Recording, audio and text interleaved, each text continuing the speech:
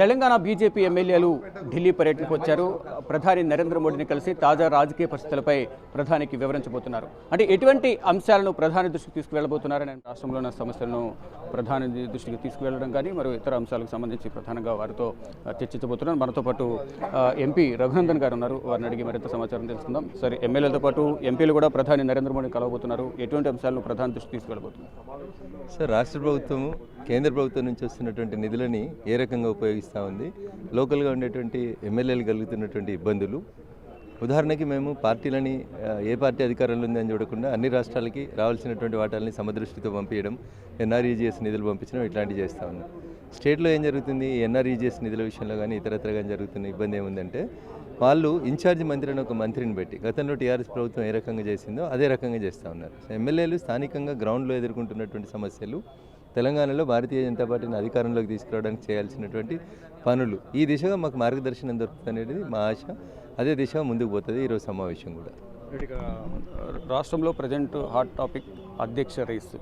దీంట్లో ఎంతోమంది పోటీ పడుతున్నారు, ఎంతోమంది ఆశావాహులు ఉన్నారు. దేశమంతా కూడా భారతీయ జనతా పార్టీ 3 సంవత్సరాలకు ఒకసారి బూత్ అధ్యక్షులు, మండల అధ్యక్షులు, జిల్లా అధ్యక్షులు, రాష్ట్ర అధ్యక్షులు, ఆల్ ఇండియా పార్టీ అధ్యక్షులు మారుతారు. దాంట్లో భాగంగానే అన్ని రాష్ట్రాల్లో జరిగినట్టు తెలంగాణలో కూడా జరుగుతుంది. Nothing special.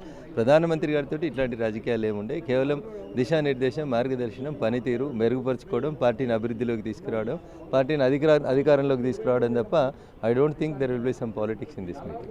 ఇటు సీఎం రేవంత్ రెడ్డి ఢిల్లీ పర్యటనపై పలు విమర్శలు వస్తున్నాయి. అంటే వెళ్తున్నారు తప్ప నిధులు అనేది ఇవ్వటం లేదు అనేది, కేంద్ర ప్రభుత్వం నిధులు ఇవ్వటం లేదు, కేవలం వెళ్ళి కలిసి వస్తున్నారంటూ బీఆర్ఎస్ విమర్శలు చేస్తోంది.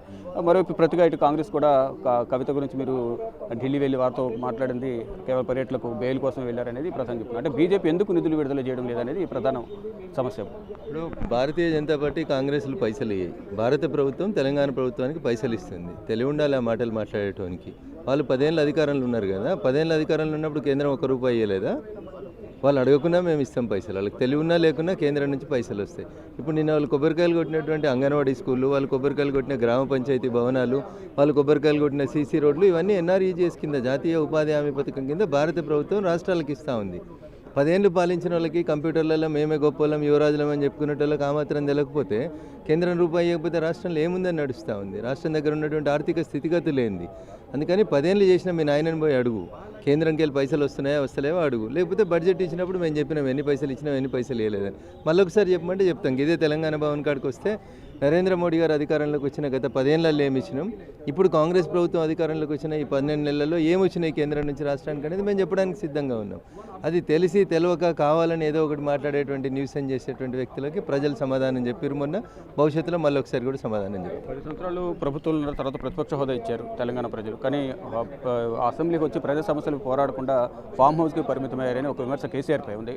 కేటీఆర్ మాత్రం ఇష్టానుసారం మోడీ పైన, ఇటు కాంగ్రెస్ పైన విమర్శలు చేస్తున్నారు. సో ఆరిపోయే ముందు దీపం వెళ్తురు ఎక్కువ ఇస్తుందని అయ్యపోయి ఫామ్ హౌస్లో కూర్చుంటే కొడుకు ఎగిరెగిరి పడతా ఉన్నాడు. అంతకుమించి అక్కడ ఏం లేదు. అక్కడ ప్రజలు ఎప్పుడైతే టీఆర్ఎస్ బీఆర్ఎస్ అయిందో, బీఆర్ఎస్కి సిఆర్ఎస్ ఇచ్చిరని నేను చాలాసార్లు చెప్తా ఉన్నా. Compulsory retirement scheme. వాళ్ళు ఎంత ఎగిరినా, ఎన్ని గల్లీలు తిరిగినా, ఏం చేసినా, అటు అయ్యరాడు ఇటు కొడుకురాడు ఎవరు వచ్చేది లేదు. బీఆర్ఎస్కి సిఆర్ఎస్ ఇచ్చిరు ప్రజలు.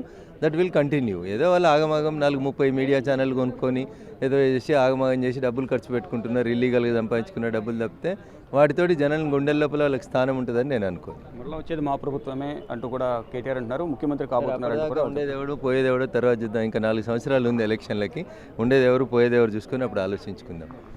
మొత్తంగా చూసుకుంటే తెలంగాణ బీజేపీ ఎమ్మెల్యేలు, ఎంపీలందరూ కూడా ఢిల్లీలో మకాం వేశారు. ఇటు ప్రధాని నరేంద్ర మోడీని కలిసి రాష్ట్ర సమస్యలను వివరించడంతో పాటు రాష్ట్రంలో పార్టీ బలోపేతానికి చేయాల్సిన కృషి, ఎటువంటి అంశాలను ప్రజల్లోకి తీసుకువెళ్ళాలి, ఇటు ప్రభుత్వం సంబంధించి కానీ గత ప్రభుత్వ వైఫల్యాల గురించి కానీ ప్రజలకు ఏ విధంగా వెళ్ళి పార్టీని బలోపేతం చేయాలనే అంశాలపై ప్రధానంగా ప్రధాని నరేంద్ర మోడీని కలిసి వివరించబోతున్నాము, ఆయనతో మాట్లాడబోతున్నామని చెప్తూ ఉన్నారు. మరోవైపు ఇటు కేంద్ర మంత్రి కిషన్ రెడ్డి, రాష్ట్ర బీజేపీ అధ్యక్షులు కిషన్ రెడ్డి నివాసంలో ఇటు ఇన్ఛార్జ్ బీజేపీ వ్యవహారాల ఇన్ఛార్జ్ సునీల్ బన్సల్ ఇద్దరితో కలిసి పార్టీ వ్యవహారాల గురించి కిషన్ రెడ్డి నివాసంలో కూడా సమావేశం కాబోతున్నట్లుగా తెలుస్తోంది.